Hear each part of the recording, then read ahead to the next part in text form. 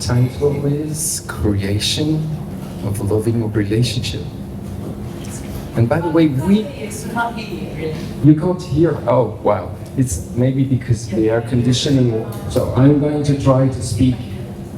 Is that okay? Yeah. Right. Okay. Wow. So creation of loving relationship, right?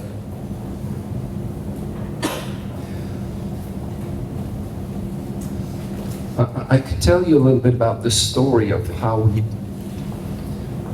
it's happening, because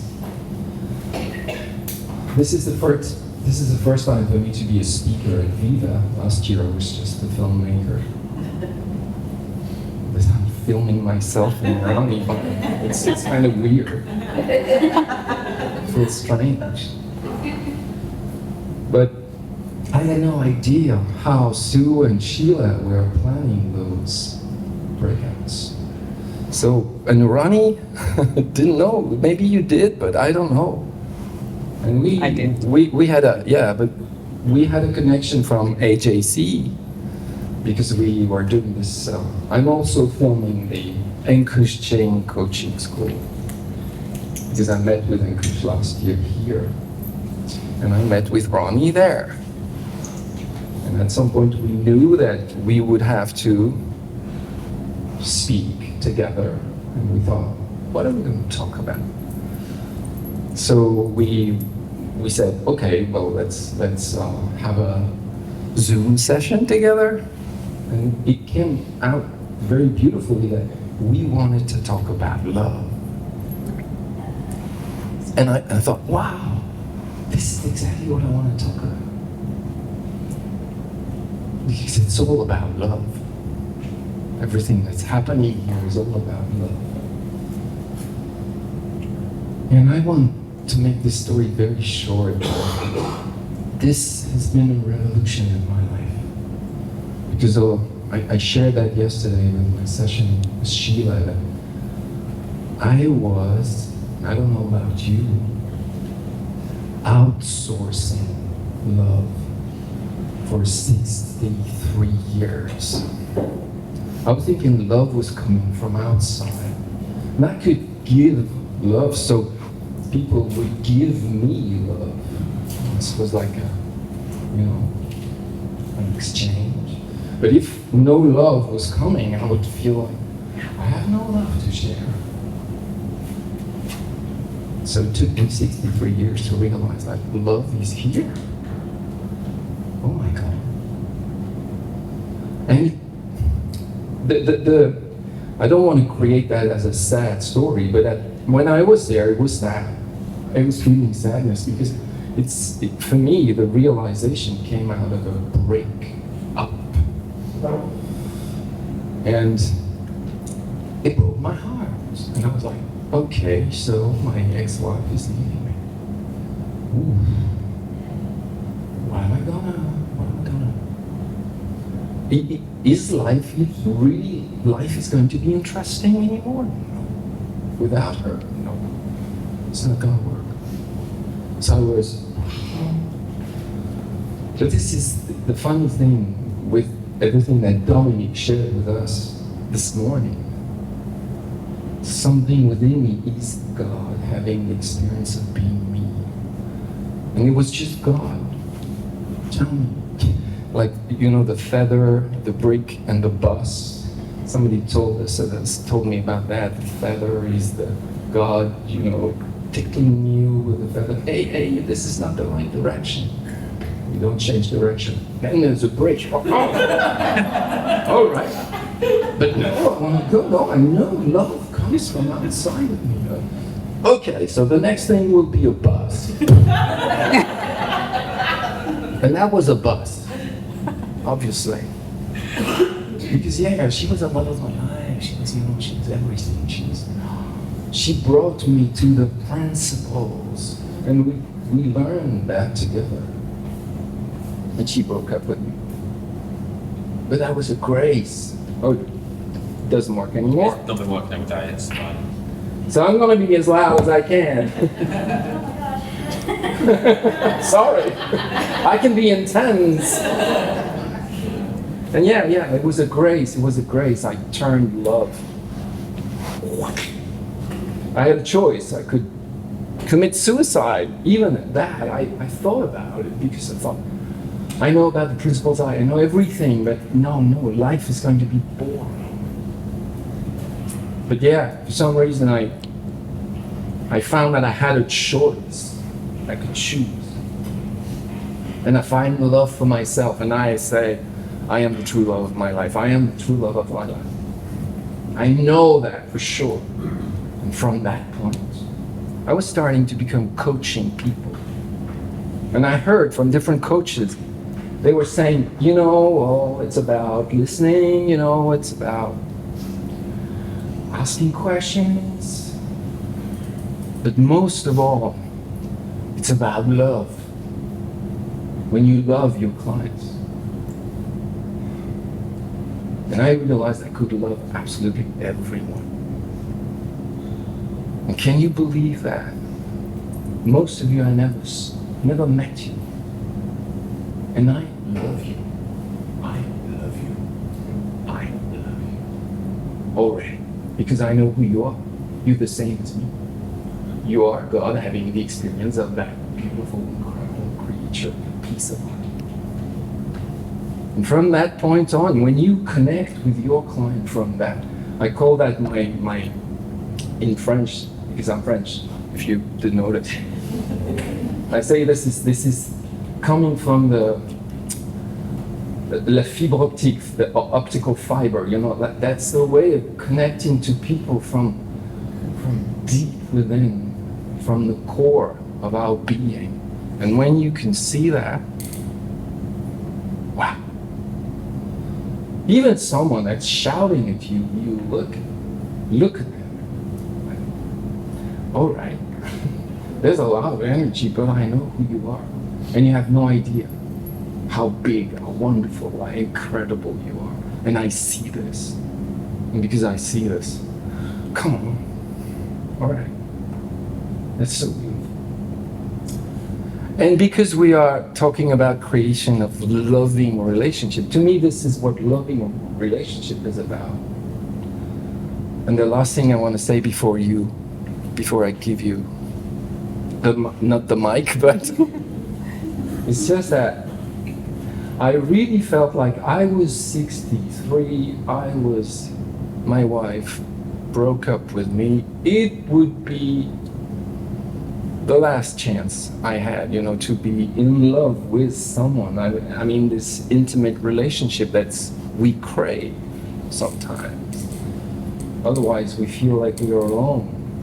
I was almost convinced, okay, well, now I'm fine. I am the true love of my life. I'll be with myself. Love showed up. From that place of I don't need anything. I'm not lacking anything. Oh, wow. That's the most beautiful thing. Really. So, yeah. This is my story around creating loving relationship. I didn't do anything except love was not outside, it's inside. And from the inside, blah. And I hope you have some taste of the love I have for you. Oh. And it's incredible because I used to be scared all my life. Scared of people. Oh my gosh. And judgmental. Oh no, you don't look the way I want. No, this dress, no. Oh, that hair, no. And that way of talking.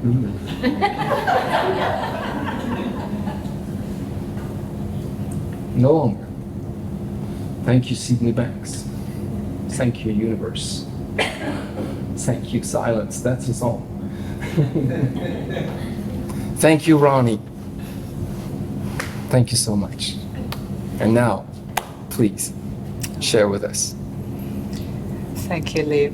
one word that comes to me when you're sharing is the experience of freedom. Your insights have given you, I'm seeing you as free, freely sharing. That's something that you had not seen before. And that's beautiful. So like Liv said, we are peers in the AJC Coaching Career School, and we created this opportunity to talk about something we both have been exploring, which is the creation of loving relationships. So one of the things I want to share about what gets in the way of love then. If we all agree that, okay, it's important to be loving and self-love, and so what gets in the way? I can only tell you my experience of what gets in my way, or what used to get in the way more, which I am consciously clearing, is judgment. A lot of self-judgment about how I should be, how I should look, how I should go about life, and my principles, my values, what I should be doing, lots of judgments. And if I'm full of self-judgments, guess what? It overspills. Then I'm also judging other people. And the people that I get to judge the most are my loved ones. And two of them are sitting in the audience, my husband and my younger daughter. The older daughter is in uni, she's 19 years old. And when I knew Suraj was going to come here and be with me, and when Jenna said, "Mommy, can I also come to your one?" I said, "Oh my goodness, now I'll be talking in front of Jenna." I said, "Mommy, really?" And so I had a lot of like worrying thoughts about what Jenna being in the audience would mean to me. And then I said, wow, I want her to experience me, and Mommy, like maybe she never has experienced before. I want me to be authentic and say what I want, what comes through me to share, because I would rather than she hears this the way I say it, rather than me having to pretend being any other way. And so this is a new experience for me. I have spoken at the Viva before, I have spoken at conferences before, I had Suraj in the audience from time to time, never Jenna in this way, so intimately. So I know this is an invitation for me to just explore and see what happens, and how I talk about creating love and dropping judgments. I never wanted to admit this, and I will do it because I know I'm not the only one. That I can judge people so easily. I can judge myself so easily. And there's a term, right? We need to be non-judgmental. And even that's like, oh, I should be non-judgmental, but I can't help it, I'm being judgmental.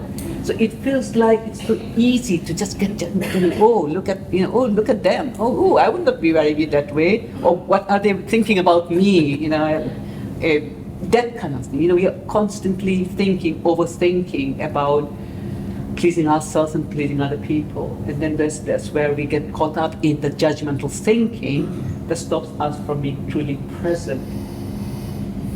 So I knew I wanted to shift something in me, and I know I'm a work in progress. The human Rani is a work in progress. We all are a work in progress. The true self doesn't need any work. It just is. But the human side, we know that we have come a long way. We have seen, we have shedded some bits we thought we are, and oh, this is not who I am.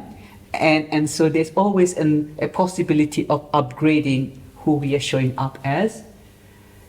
And I always felt like I am a work in progress. And it's really interesting, the more time and effort I invest in exploring what I think I am, who I think I am, and exploring that, it's like the bits that I don't like so much, they seem to be falling away. So I knew I wanted to be less judgmental about myself and my loved ones as a starting point, because not judging the clients come easily in a way. I don't know whether you find it as a coach or professional, because we get to our professional self. Oh yes, I can practice non-judgmental with the 1 hour with my client, but my loved ones, you should not be doing this, you should not be doing this. Suraj, why have we left the dirty dishes there again? Oh my goodness, don't you know this? So it's so easy to just feel like I can chill out at home and just be myself. So the myself that I think I am at home, is the myself really supposed to be judgmental? Or is that a creation? So back in July, this July, an opportunity came to us like we never thought ever before. So what is that opportunity? I was tagged in onto a Facebook post by someone called by Ankus Jain, about a upcoming event called Ailuaigu, okay, by a coach who calls himself a game changer coach, and his name is Devin Bendison. So Devin and his wife Jess Bendison, they were launching an event called Ailuaigu, and that was a book launch event of a different kind. So they had written a book about love, and this was a very special event because they were not going to sell the book in the bookstore. You come to this event, which is going to be once a year, and then you get the experience of the book and the experience of what it is that you can create. I had no idea, but I was tagged into that post by Ankus Jain. He tagged Suraj and me, and before I knew it, Suraj said, yes, we are definitely coming. I said, what? Normally I'm like, okay, Suraj, can we go? And he didn't even ask me, and he said, yeah, we are coming. But I was like, yeah, I'm up for it. Little did I know that going to that event is going to change the way I get to create my loving relationship with my loved ones. And that's something I did not create, but it's like it fell into place. So Ailuaigu is, I love you and I got your back. Ailuaigu, okay? The B is silent. So we went to that event, and then before we knew it, we agreed that there were some agreements that we were going to read the book together as a couple, one by one, and there were some practices in the book that we would need to commit to practicing on a daily basis. And we were like, yeah, let's give it a go, because we wanted to improve our relationship. And it does not have to be that book. You don't have to go to that event, but I'm sharing with you, when we make a conscious decision and commit to creating a loving relationship, we will find opportunities everywhere. So even you coming to this breakout session could be an opportunity for you to say, you know what, I'm going to create something a fun game, fun practice in my own life. So anyway, back to Suraj and me, we decided to do two practices, one in the morning and one in the evening time, which is non-negotiable.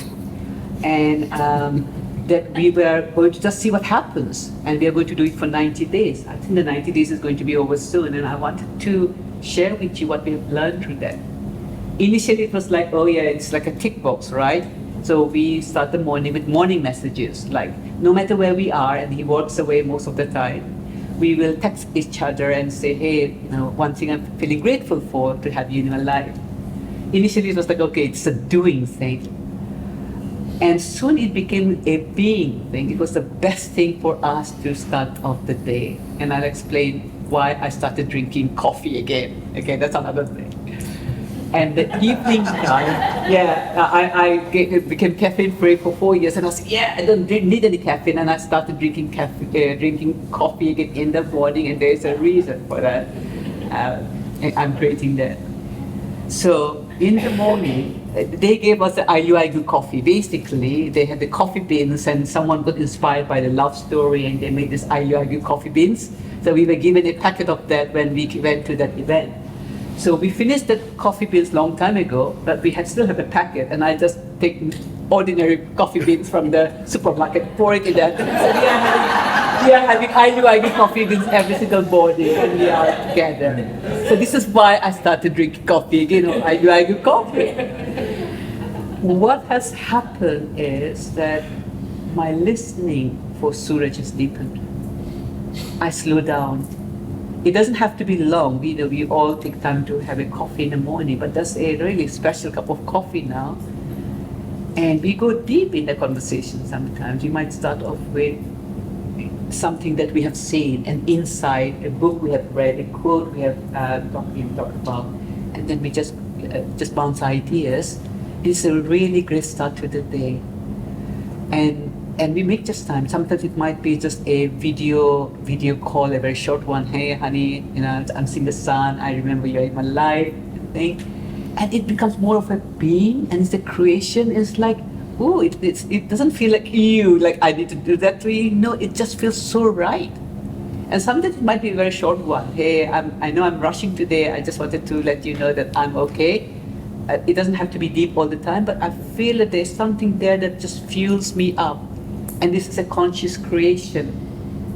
Same with the evening time. No matter where we are, we have this agreement, like around 9:30, we are going to do a video call and to say how as a day or 3 things I acknowledge you for.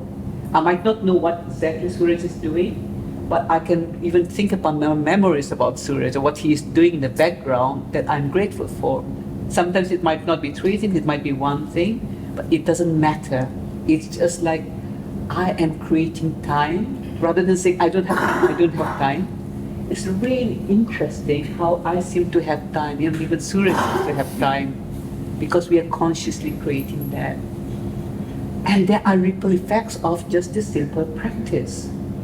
My relationship with my 19-year-old, and some of you have seen it, who are my Facebook friends, have seen my post about how I had a love-hate relationship with my 19-year-old. It was very, very challenging for me for a long, long time. And what was challenging us was she's very strong-willed, and I'm very strong-willed. So it was like, I know best as your mom, and how dare you say this to mom? I'm Indian, you should be respecting me, kind of thing. So there was lots of this, how a 19-year-old should behave. The mother, respect me, respect me.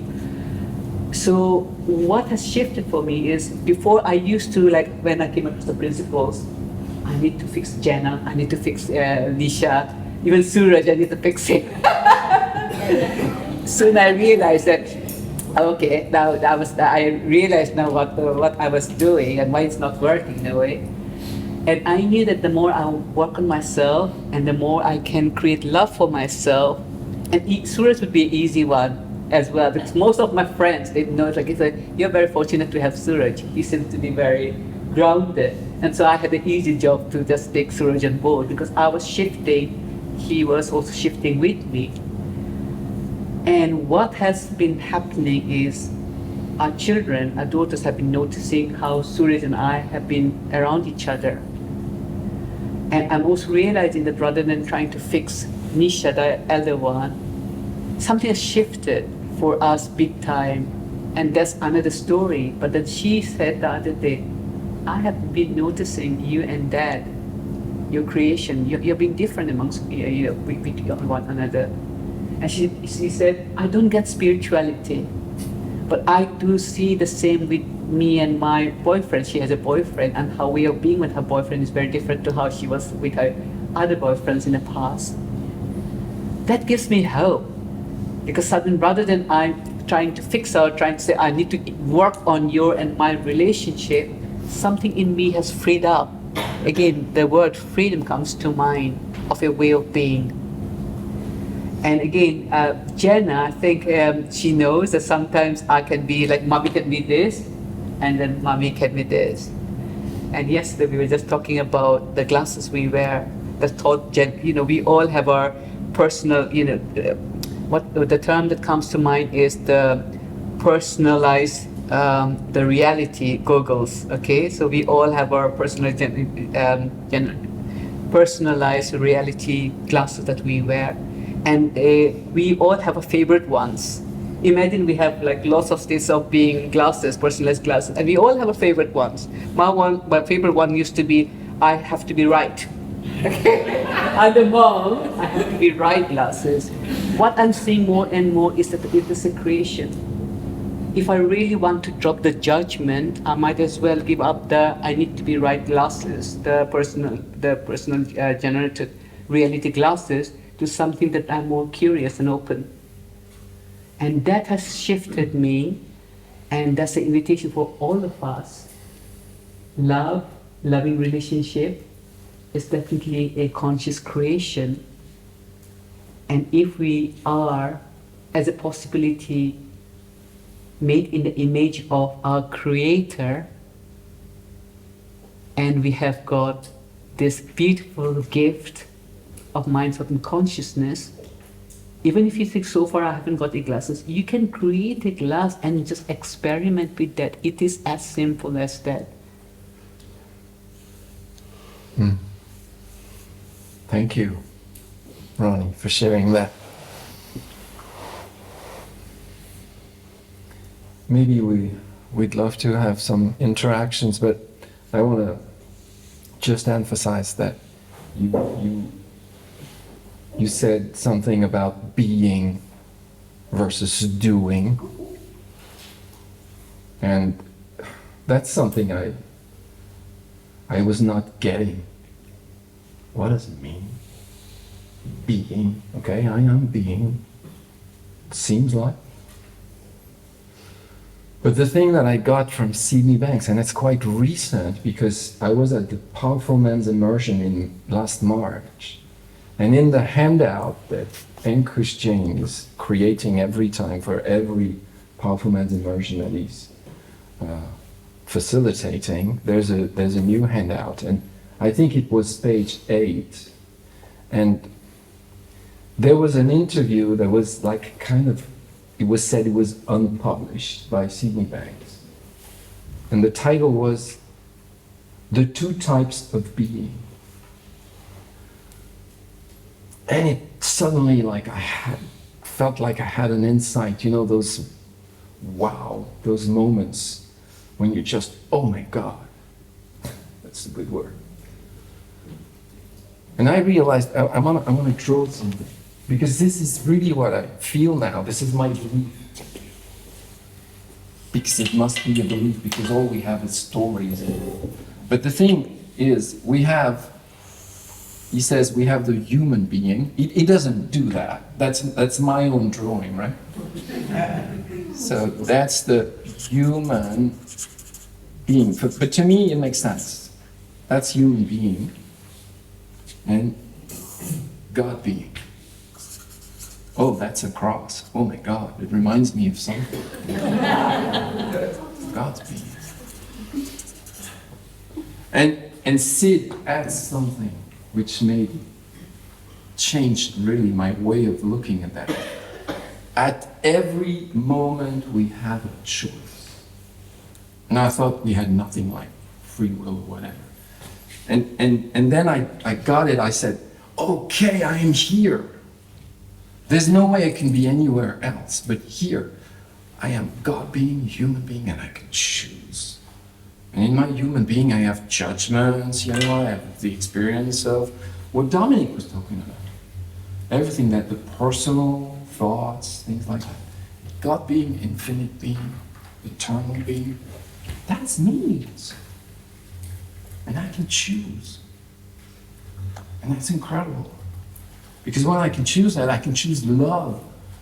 I wake up in the morning and I'm sad, lost. And all of a sudden I remember, oh no, I am God being. And it changed everything for me. I have the choice. I can take awareness out of little personal mind hurt to God being. Wow. Yeah. And I shared that yesterday. I was helped by we did that. The document, you did your document, did you? That's another thing, we're not going to talk about it. But that was something that helped me also get that. We are in the middle. There's no way you can only be a human being. And when you see that in everyone, you love everyone. To me, it's obvious. And then you need to kind of practice just what you said. It's so beautiful to turn doing into being. You, just like I go, you know, now I started to do this. I'm 64. I started to go to the gym for the first time in my life. Never did that. I was like, you know, Winston Churchill. Why am I so fit? Because of sport. I never go to sport. I never do sport. But then I realized, oh, maybe I'm getting older. I want my body to So I went to the gym, I started to go to the gym. And the incredible thing with the gym is you do something absolutely stupid. You just push a bar, 20 kilos. You do that once, twice, 3 times. Okay, that's stupid. It's kind of, at some point I said, oh, it's funny. It's absolutely stupid, but it's funny. But for some reason, you go back the next week. And you can push 5 kilos more. What happened? I did this stupid thing, and something within me, which must be God being, is creating the conditions that I can grow. I can lift 25 kilos. And then I go this, I do this, and at some point, now I'm 45 kilos. Wow, I do it. And I see my body changing, and I'm like, this is not me doing it. The only thing that I do is one stupid thing. And that's the same in the relationship. You exactly as you said, you start like you have a lot of thought, like, okay, I'm gonna send a message every morning and every night. What am I gonna say? And from doing it sort of leaks into being, and then it becomes absolutely natural. It's like a muscle. And love becomes you just, putting some, and you are doing workout, right? You change your body shape. So this is so accurate for me to do it's the same thing. And it's all about loving yourself, of course, because I want to look good, I am the most charming and sexiest man that I know.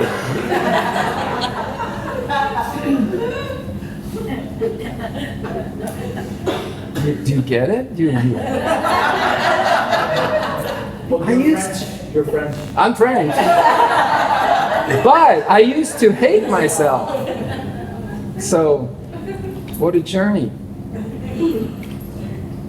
Would you like to add something? Or? No, let's take some questions or insights. We would love to hear from you. I like what you said, Rani, about your daughter. I have a 20-year-old, and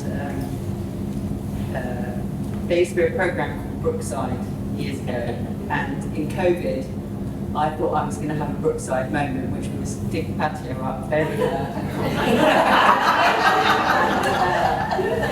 And I talked about the Brookside moment, and then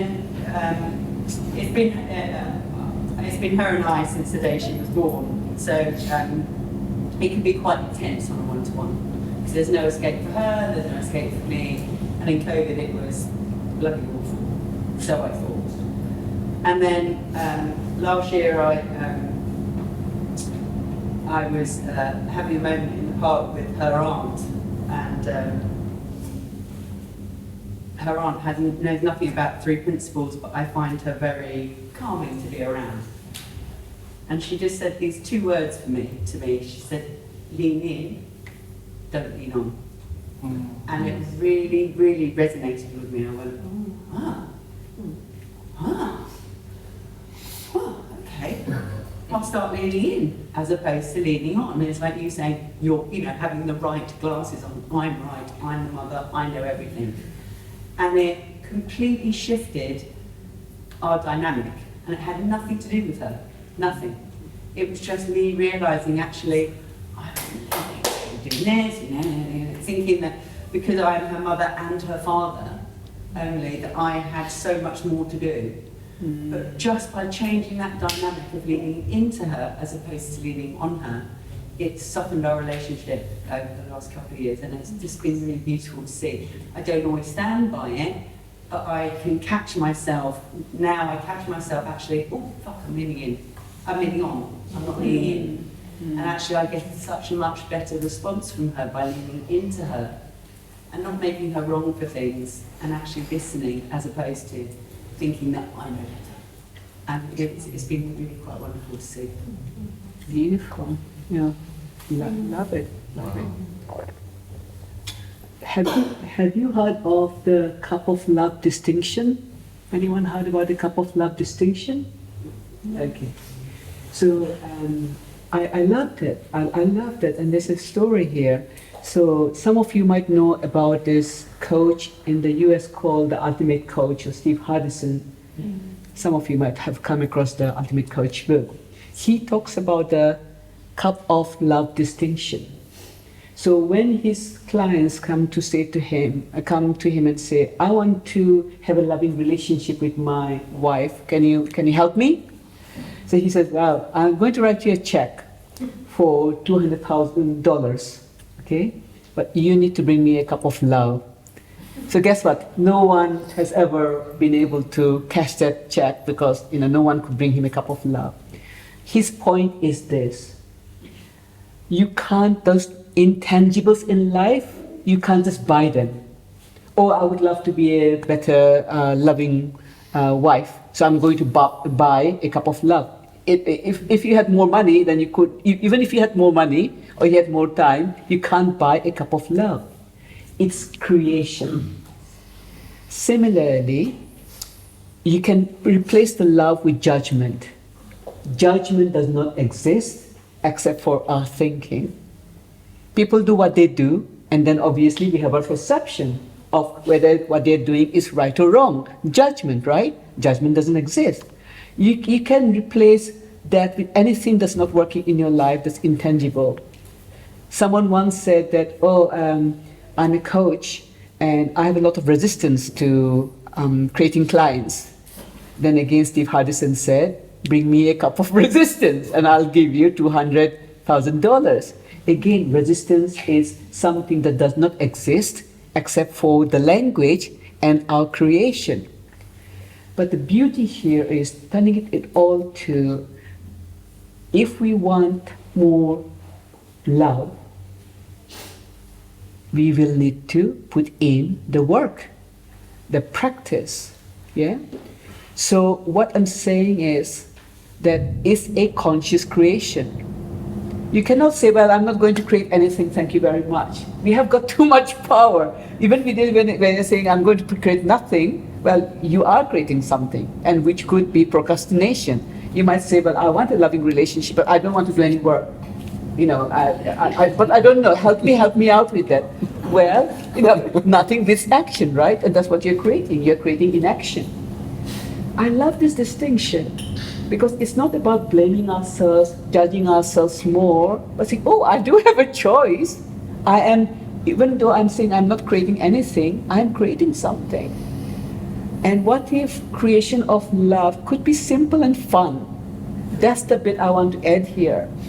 Because yesterday I was talking to Sheila and saying, hey, when you do hashtags for Viva, they were saying, oh, what about hashtag Viva 2024? I said, okay, what about hashtag Viva Fun? Because there's something about this event that reminds us about lightheartedness, about fun. If we think of that cup of creation and the cup of love is hard work, oh God, it's hard work, all this conscious creating, then all this creating a business or creating clients or creating a loving relationship, it's so hard work, it's bloody hard work, I think. Well, guess what? That's what you're creating. It can be fun-filled. And so what we are saying with Suraj and me is like, how can we be more light-hearted with our interactions? And what I know is when I'm wearing this, I need to be right. There's no light-heartedness in this way of being. I mean, we're very, very serious about this is the way, like we need to fix you kind of thing. Whereas the creation of love or anything that we say we truly desire can be fun-filled. And, we all, there's no perfect system. The best thing is like, we can be creative with a system we want. And we can just come up with something. I'm thinking of you here, Lucy, and how you as an artist, you just see things and then you are like creating things and you're having fun. When I think about you, I think about fun. How you're treating everything as fun. What if the fun that we have in one area could be also available to us in any area of our life, including creating a loving relationship? I want you to consider it as a possibility and see how we can be more lighthearted, even with creating self-love and self-forgiveness. That's what I would say. One of the things I've come across more and more for myself is, in order for me to be less judgmental, what about me also exploring self-forgiveness in a light-hearted way? Yeah. Compassionate self-forgiveness, light-hearted self-forgiveness.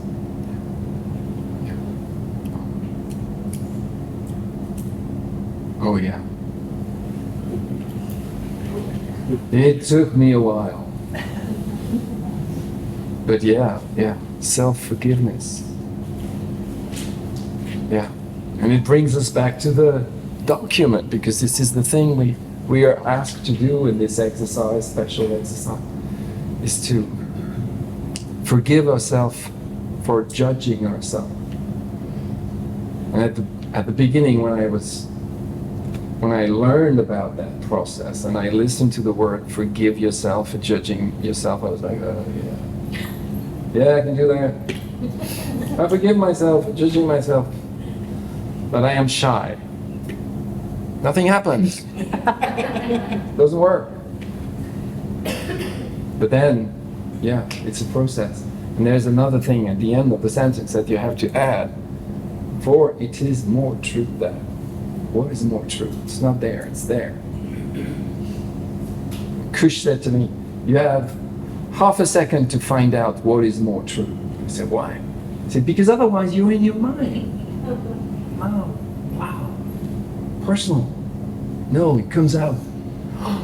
Yeah. So you start practicing. Oh, something from within appears that is more true. And that's yeah. Practice. Love is a practice. Just like art is a practice. You cannot play the piano if you don't practice. You can say, I will practice one day. And it's going to be great. and 10 years after, like a ding, ding, ding, ding, ding, ding. That's all you do. It requires practice. But from a place of, I know I'm doing good to myself. Because if it's just, my father told me I have to learn piano, it's not going to work. That's how we were brought up, right? I mean, most of us, maybe. But it's such a treat now to see, that can be different.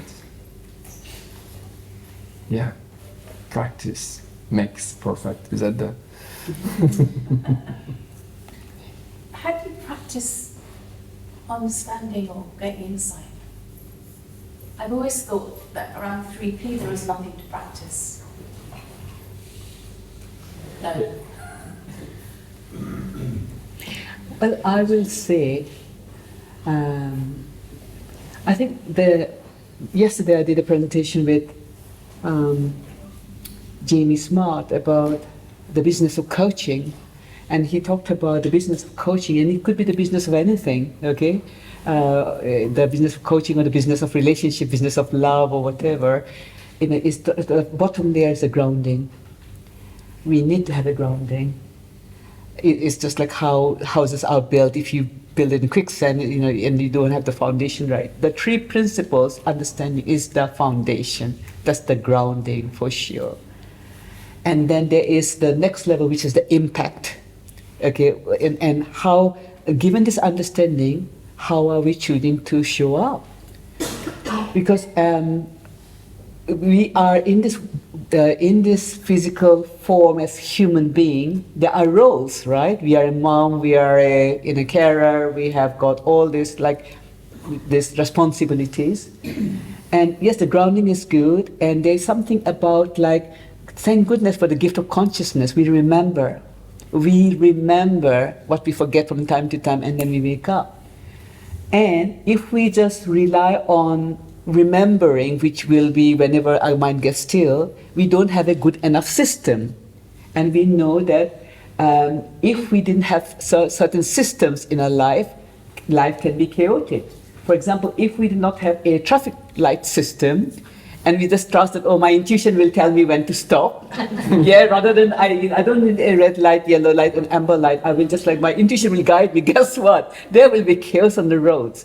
So thank goodness we have in this world of form, we have some external systems in place so that it's like a container for the human being to just navigate around and play this game of life. So I see that the ground is very, very important, because if we don't have a good enough grounding, we could get lost very, very easily. And then, in terms of the practical, the human practical side, we need certain systems. Like, for example, we have some systems of getting up in the morning, brushing our teeth, getting ready for the day, and everyone's system will look different. So what I like about the practice is it's not like set in stone. Because I have committed to this system in this moment, that I have to be like, have this system all my life.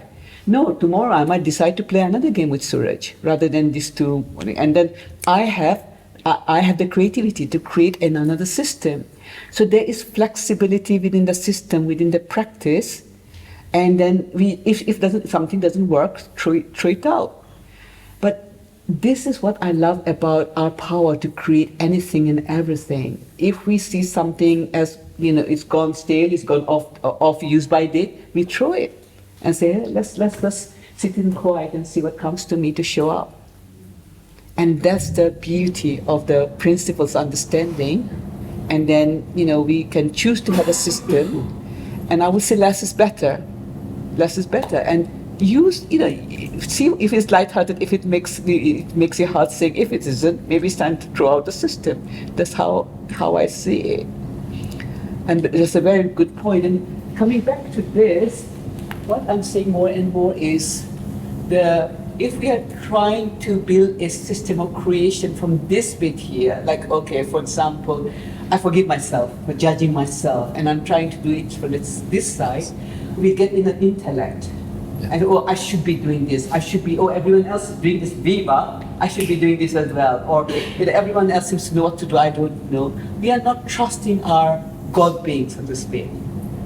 And so what I'm finding more and more is whenever we are looking at creation of self-love or creation of self-forgiveness, the more we get quiet first, and we know that there's no system to get quiet in a way that we find our way out, right? We know there's something for the. When we get still, wisdom speaks, or for the feeling. But there's something about when we know that there is different states of being. Sometimes our consciousness dips and we get too much human, or I am only human, we forget the being aspect. But the more we allow ourselves to just be and know that every feeling is welcome, the forgiveness side becomes so much easier when we are more in this interaction, using your metaphor of the God being and the human being. Then we seem to know what is practical, what we can do, what systems we need to place. So it's more of an exploration of what feels right for us. So that's what comes to mind. And I want to add something, because this is my experience of practicing. It's a bit about trust, and Dominique addressed that this morning. We have a compass, and the compass is the body, and how we feel. And this is what I practiced, and I still practice a lot. Whenever I have a feeling of, like, at some point I know there's something I'm doing with my thought that is misplaced. And that's it. There's nothing else. Just that, 100%. I have another, I could draw it also. Yeah, I have something in my mind that helps me a lot. I call it the magnet. And to me, it looks like this. There's 100%, 0, 100%. How much people can get affected with what I do or what I say. This is this. How much I can get affected from what people say or do to me. This is the second one. I used to be there. I can hurt people, people can hurt me. I can hurt people, people can hurt me. And the magnet goes like, I know that the truth is there. 0%. Everything is thought created. So, of course, it doesn't mean that I'm going to, I don't know, beat you or treat you like, oh, Ronnie, of course. Because when you're there, you don't want to do that. But feeling that my compass is my body. When I'm there, I'm like, I'm insecure about what I'm going to say to people because maybe it's going to hurt them. And I'm so insecure about what they are going to say to me because it's going to hurt them. So, and this insecurity builds up inside of me. And I can feel it. And when I'm in a good feeling, I don't feel like that. I'm quiet, I'm there. I'm around there because it's impossible to be there. Because again, we are in the middle, it's just some, in French we say asymptote, I don't know how you say that in English, when you have a curve and you go close to the highest level, but you never reach it. And that's exactly what this 0 is for me. You get closer, but you never reach it because you're human. But you can have this in your mind, like if I feel something inside, there's something with my thoughts I maybe could put some clarity on, some kind of flashlight, and I inspect, because I'm judging myself, judging the other. All right. But at some point I heard that thing around when you're in a low level of consciousness and you're in a relationship, because we're talking about loving relationship. You're in a loving relationship and you feel low. And I see that you are feeling low as well. And you want to talk with me, and I'm going to say, my level of consciousness is so low, I would prefer not to talk. And sometimes I am in my thought like, but if I say that, she's going to be activated. So I gotta stay in the conversation. And what is happening is just we are going lower and lower and lower, and you have to get some courage. And this idea of courage, I'm helped by this thing because I know for sure that what I say to you, if it creates a reaction within you, it is yours. And it's for me to be as close as possible to my own wisdom, and eventually this is going to work. Even there's an uncomfortable moment of gotta go out and gotta leave for maybe a quarter of an hour, maybe 2 hours, maybe 2 days. Who knows? But then we get back. And you're in a completely different level of consciousness because it's going like this. And that helps me a lot. My body is my compass. The way I'm feeling, and this is that what Sid was saying about follow the feelings. Also follow the feeling. Because when you feel that, something with your mind something with your thoughts, maybe a little bit like misaligned, I would say. I don't know. I have my own words in French, but that's what I share. Yeah. We have run out of time. Is there anyone who would just like to sum up or say anything to end this, or have any comments to make? I have 6 words I would like everyone to go away with.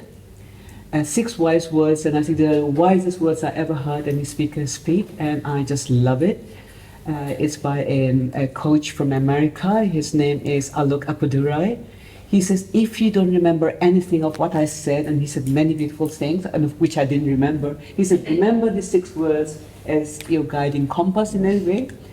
He says, love more, judge less, go deep. And there are only 6 words, but all the words, if you look at that, it reminds you of the power of creation. love more, judge less, go deep.